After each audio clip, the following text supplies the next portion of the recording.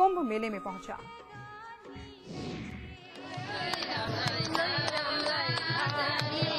भावना का ज्वार, भक्ति का भाटा और आस्था का अमर सैलाब, इसी को तो कहते हैं कुंभ।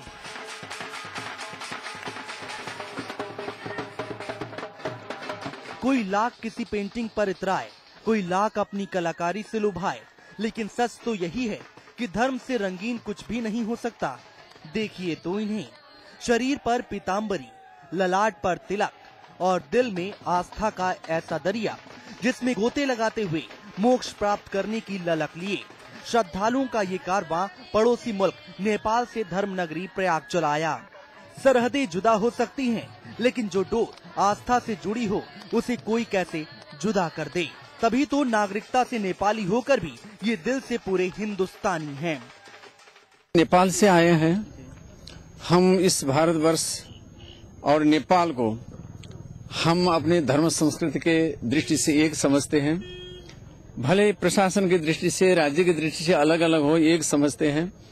धर्म संस्कृति एक होने के नाते हम इस प्रयाग क्षेत्र में आए, इसलिए आए हैं कि यहाँ कल्पवास लोग कर सकें, अपने भी कुछ ऐसी धर्म यात्रा में कुछ उपदेश दे सकें, जिसके द्वारा जो संसार में फंसे हुए लोग हैं, धर्म से विमुख हैं, वो भी कुछ समझ जाएं और भगवान की ओर वो झुक जाएं। नाचते झूमते संतों का कारवां जब नेपाल के वैष्णव संत स्वामी देवराज आचार्य की अगुवाई में शाही अंदाज में मेले में पहुंचा तो बस पूछिए मत। ये जहां से भी गुजरा वहीं धर्म का धुनी रमने लगी। कहीं आरती से अभिनंदन हुआ तो कहीं फूल मालाओं से वंदन हुआ। अपने मुल्क से थोड़ा सुनकर, थोड़ा जानकर यहाँ पहुँचे ये श्रद्धालु आस्था के अतिरेक से इतने उत्साहित हैं कि इन्हें अपनी सुध ही नहीं। अगर कुछ पता है तो बस इतना कि संगम की रेती पर पूरे 1.25 महीने तक कल्पवास करके जन जन्मांतर के ताने बाने से ऊपर उठ जाना है, जहाँ न रंग हो न भेद हो, जहाँ सिर्फ धर्म हो और शांति हो। रविंद्र कुमार, इलाहाबाद, समाचार प्लस। इलाहाबाद के कुंभ मेले में निरंजनी अखाड़े ने अपना पहला महामंडलेश्वर एक 38 वर्ष की महिला को बनाया है, जो अभी तक नई दिल्ली के परम धाम आश्रम में साध्वी महंत की जिम्मेदारी निभा रही थी।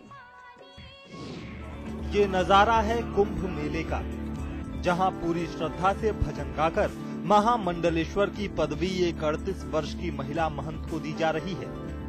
जी हां, निरंजनी अखाड़े के आचार्य महामंडलेश्वर स्वामी पुण्यानंद गिरी समेत श्री महंतों के बीच बैठी ये महिला महंत पूरी रीति रिवाजों और पट्टाभिषेक के साथ महामंडलेश्वर की उपाधि ग्रहण कर रही हैं। हम आपको बता दें कि इससे पहले तक ये साध्वी नई दिल्ली के परम धाम आश्रम में महंत का कार्यभार संभाल रही थीं, जिन्होंने 22 साल की उम्र में संन्यास की दीक्षा ली थी। लेकिन अपने गुरु की उत्तराधिकारी घोषित होने के बावजूद महामंडलेश्वर बनने के लिए इन्हें लंबा इंतजार करना पड़ा। फिलहाल महामंडलेश्वर की उपाधि मिलने के बाद माता निर्भयानंद पुरी काफी खुश हैं।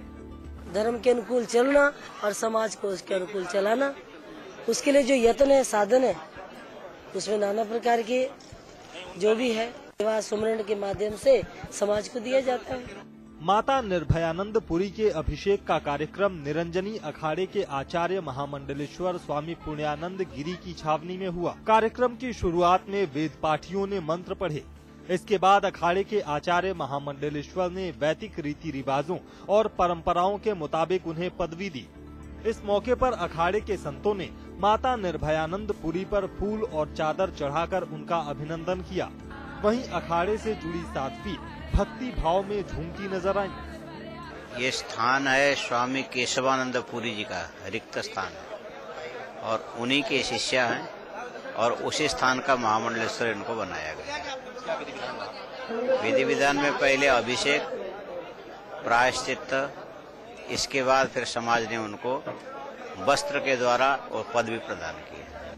इस बार इलाहाबाद के कुंभ मेले में अब तक 2 महामंडलेश्वरों का अभिषेक हुआ है, लेकिन खास बात ये है कि दोनों महामंडलेश्वर महिला साध्वी हैं। संभव है कि इस कुंभ मेले के दौरान कुछ और साधु संतों को महामंडलेश्वर की उपाधि दी जाए। रविंद्र कुमार, इलाहाबाद, समाचार प्लस। ठंड का असर कम होते इलाहाबाद कुंभ में श्रद्धालुओं की भारी भीड़ जुट रही है और तड़के नहाने वालों की तादाद बढ़ती जा रही है। इस मौके पर अलग अलग शहरों से आए लोगों से बात की हमारे संवाददाता सौरभ श्रीवास्तव ने। आस्था के महापर्व में इस समय मौजूद है संगम के किनारे। आप देख सकते हैं कि रोजाना की अपेक्षा आज थोड़ी सी भीड़ यहाँ पर जुटी है, श्रद्धालुओं की भीड़ यहाँ पे जुटी है और लोग यहाँ पर स्नान ग्रहण कर रहे हैं। हम जानने की कोशिश करेंगे श्रद्धालुओं से ही कि और दिनों की अपेक्षा क्या वो ठंड की वजह से नहीं आ रहे थे और आज यहाँ पर आए। आप कहाँ से आए हैं? जी मैं गोरखपुर से आया हूँ। आप गोरखपुर से आए, पहली बार कुंभ में आ रहे हैं क्या? नहीं, ये दोबारा है मेरा। अच्छा, रोजाना की अपेक्षा ठंड कम लग रही है? नहीं, ठंड कम है रोजाना की अपेक्षा काफी। आपने आज स्नान ग्रहण किया, कैसा लगा? ऐसा लग रहा है कि मैंने अमृत में स्नान किया। बहुत बढ़िया। इनको लग रहा है कि मैंने अमृत में स्नान किया। लोग यहाँ पर पुण्य कमाने आते हैं, पाप धुलने आते हैं। मैं और लोगों से जानने की कोशिश करूंगा। आप कहाँ से आ रहे हैं? मैं सर कानपुर से आ रहा हूँ। कानपुर से। क्या नाम है आपका? मैं दीपक कुमार नाम है जी। अच्छा, आप पहली बार कुंभ में आ रहे हैं? हाँ, मैं पहली बार कुंभ में आया हूँ सर। अच्छा, आप पहली बार कुंभ में आ रहे हैं तो आपको तो मुझे लगता है अनंत आपको खुशी मिल रही है। वो असीम को खुशी मिल रही है। शायद इससे पहले मैंने इस तरह की खुशी प्राप्त ही नहीं की है। लगता है मुझे पहली बार मैंने अमृत में नहाने आ गया हूँ। मतलब मेरा जीवन की आपकी सबसे बड़ी खुशी यही है? सर ये कहने का मतलब है जीवन की सबसे बड़ी खुशी यही है कि जो है कुंभ के अवसर पर ये जो है यहाँ पर नहाने आए हैं। ठंड की अपेक्षा तो आज जो है और दिनों की अपेक्षा ठंड थोड़ी सी कम है और ये राम राम सा करते हुए भजन ये रोजाना यहाँ पर आते हैं। आप कहाँ से हैं? मैं आया हूँ राजस्थान से। आप राजस्थान से हैं, यहाँ क्या करने आए हैं? यहाँ राम राम सा करने आया हूँ। हमेशा स्नान करता हूँ, खूब भगवान का भजन करता हूँ। ये एक भजन थोड़ा सा छोटे संक्षिप्त भजन करके सुनाएंगे? हाँ। जग में सुंदर है दो नाम, राम कवता सीताराम। हरे राम नारायण जय सीताराम। जग में सुंदर है दो नाम, राम कवता सीताराम। हरे राम नारायण जय सीताराम।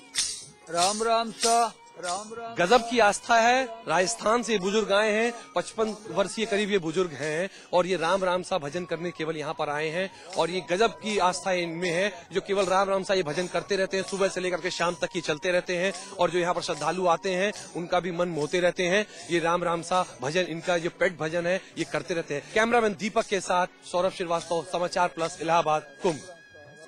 वहीं संगम नगरी में सफाई कर्मचारियों की हड़ताल खत्म हो गई है। मंगलवार को कुंभ मेले में ड्यूटी पर लगे लगभग 6000 सफाई कर्मचारी हड़ताल पर चले गए, जिसके बाद मेले में गंदगी का अंबार लग गया। लेकिन अब इन कर्मचारियों ने अपनी मांगे माने जाने का भरोसा दिए जाने के बाद हड़ताल को खत्म कर दिया है।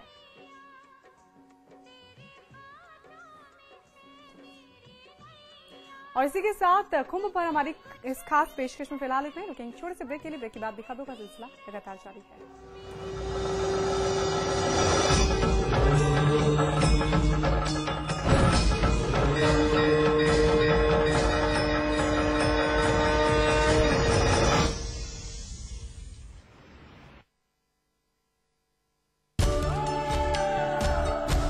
इसमें टेस्ट है, तंबाकू नहीं। आप भी आजमाइए रजनीगंधा। रजनीगंधा। काका वो कल आ रही है। कल? अरे वाह। दादी अरे दादी सुनो वो भोल जो गाड़ी। ए काकी वो गाड़ी भोल है रचो। अच्छा हाँ। बच्चे क्यों भाग रहे हैं? अरे कहाँ भाग रहे हो? अरे कौन आ रही है काका? अरे कल पास में ही सचल चिकित्सा की गाड़ी आ रही है। सचल? ये सचल क्या है? चलता फिरता अस्पताल। ये गाड़ी हर महीने यहाँ पे स्वास्थ्य कैंप लगाएगी। स्वास्थ्य कैंप? और इसकी जानकारी सीएमओ के निर्देशानुसार प्रधान एएनएम बहन जी देती हैं। भाई वाह। संपर्क मार्ग की कमी के कारण स्वास्थ्य सेवाओं का दूरस्थ क्षेत्रों में पहुंचना पहले एक चुनौती था, लेकिन 13 जनपदों के लिए कार्यरत सचल चिकित्सा वाहनों ने ये कार्य आसान कर दिया है। इस वाहन में योग्य डॉक्टर, फार्मासिस्ट, टेक्नीशियंस मौजूद हैं। चिकित्सा की मूलभूत सुविधाएं जैसे एक्सरे, ईसीजी, अल्ट्रासाउंड की सुविधा, पेशाब व खून की जांच भी होती है। प्रत्येक जनपद में 15 स्वास्थ्य शिविरों का आयोजन कर जहां स्थानीय जनता को लाभ पहुंचाया जाता है, वहीं स्वास्थ्य जागरूकता की समस्त गतिविधियों की जानकारी भी ऑडियो वीडियो के माध्यम से दी जाती है। आवश्यकता अनुसार रोगियों को दवाई भी वितरित करने वाला ये वाहन राज्य के निरोगी भविष्य के प्रति आशान्वित करता है। ये सचल चिकित्सा वाहन कार्यक्रम राज्य के दूरस्थ क्षेत्रों में स्वास्थ्य सुविधाएं उपलब्ध कराने का एक प्रभावी कार्यक्रम है। इसका लाभ उठाएं। चिकित्सा पाने का अधिकार हम पहुंचाएं आपके द्वार। स्वाद बड़ी चीज है, स्वाद से बढ़कर कुछ नहीं, तुलसी सादा पान मसाला।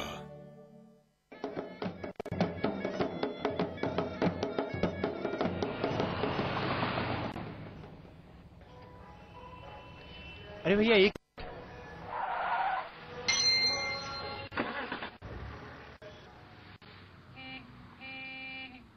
एक मिनट रुकना।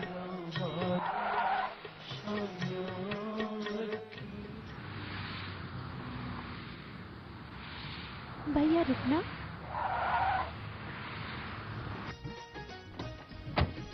आंगनबाड़ी चल चल चल चल, आंगनबाड़ी चल, आंगनबाड़ी चल चल चल चल, आंगनबाड़ी चल, चला रे दीदियों, चला रे भैया। अभी आंगनवाड़ी जाना जरूरी था क्या?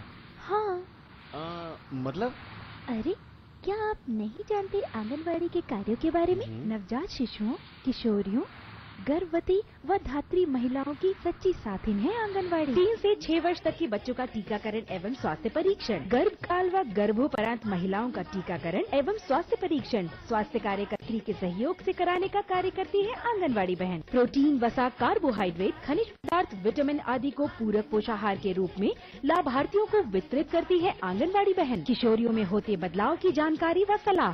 3 से 6 वर्ष तक के बच्चों को खेल खेल में शारीरिक व बौद्धिक विकास के साथ साथ व्यक्तिगत स्वच्छता का पाठ भी शाला पूर्व की शिक्षा में देती है आंगनवाड़ी बहन। खून की कमी वाली किशोरियों, जोखिम समूह वाली गर्भवतियों और गंभीर कुपोषित बच्चों को भी सेवा प्रदान करती है आंगनवाड़ी बहन। मां के दूध में प्रतिरोधक क्षमता होने के कारण जन्म के तुरंत बाद से 6 माह तक का स्तनपान कराने की सलाह देती है आंगनवाड़ी बहन। प्रत्येक शनिवार को 15 से 45 वर्ष तक की महिलाओं को स्वास्थ्य व पोषण की शिक्षा देती है ANM मुख्य सेविका व आंगनवाड़ी बहन। स्वस्थ माता बन स्वस्थ शिशु को जन्म देती है, तब बनता है स्वस्थ समाज। राज्य सरकार द्वारा जनहित में जारी।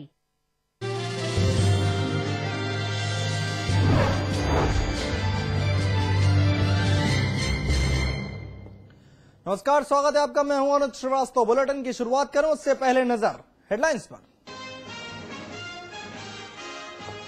नेताओं के सामने एटा के एसएसपी भूले खाकी की मर्यादा। सभा के राष्ट्रीय महासचिव रामगोपाल यादव के छुए पैर कैमरे में कैद हुई तस्वीरें।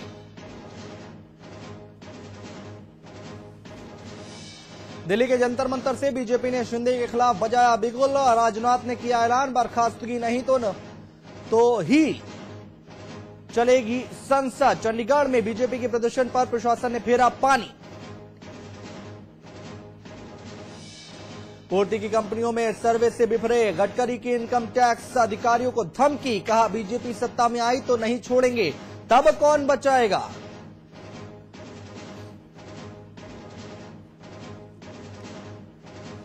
दिल्ली गैंगरेप के नाबालिग आरोपी का केस अन्य आरोपियों के साथ चलाने पर जुवेनाइल जस्टिस बोर्ड आज सुनाएगा फैसला। आज से साकेत कोर्ट में आरोप तय करने की प्रक्रिया होगी शुरू। कानपुर में छेड़खानी से तंग आकर बीए की छात्रा ने की खुदकुशी। पुलिस ने आरोपी को किया गिरफ्तार। देवरिया में बीएसपी के 3 सांसदों के खिलाफ आचार संहिता के उल्लंघन का केस दर्ज। उपचुनाव के लिए प्रचार करने पहुंचे थे नेता। कामेश्वर उपाध्याय के निधन से खाली हुई थी सीट।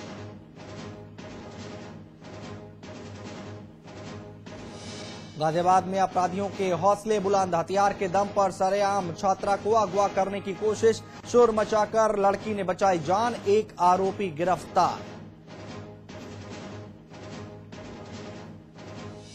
सोनभद्र में दिखी डॉक्टरों की लापरवाही। प्रसव के दौरान बच्ची के दोनों पैर की हड्डियां टूटी। पहले नकारने के बाद सीएमओ ने मानी डॉक्टरों की गलती। मुफ्त इलाज कराने का दिया आश्वासन।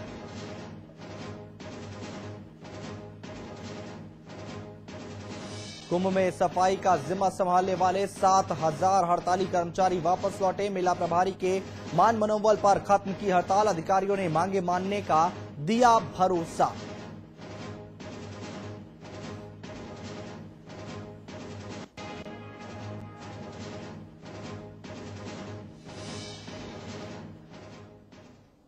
और बुलेटिन की शुरुआत करेंगे इस वक्त की बड़ी खबर के साथ। गाजियाबाद से आ रही है। कोश्यारी ने कांग्रेस पर साधा निशाना। उत्तराखंड के बीजेपी नेता भगत सिंह कोश्यारी शिंदे के बयान के विरोध में एक बयान दिया है। कांग्रेस के एक नेता पर प्रेमिका की हत्या का आरोप है। तो क्या कांग्रेस के सभी नेता चरित्रहीन हैं? कोश्यारी का यह बयान आया है। कांग्रेसी नेता के बेटे का केस हाईकोर्ट में है, तो क्या सभी कांग्रेसी अवैध संतान पैदा करते हैं? ये बोला है कोश्यारी ने। साथ ही साथ गाजियाबाद में बीजेपी के प्रदर्शन का नेतृत्व किया है। भगवा आतंकवाद वाले बयान के लिए माफी मांगी।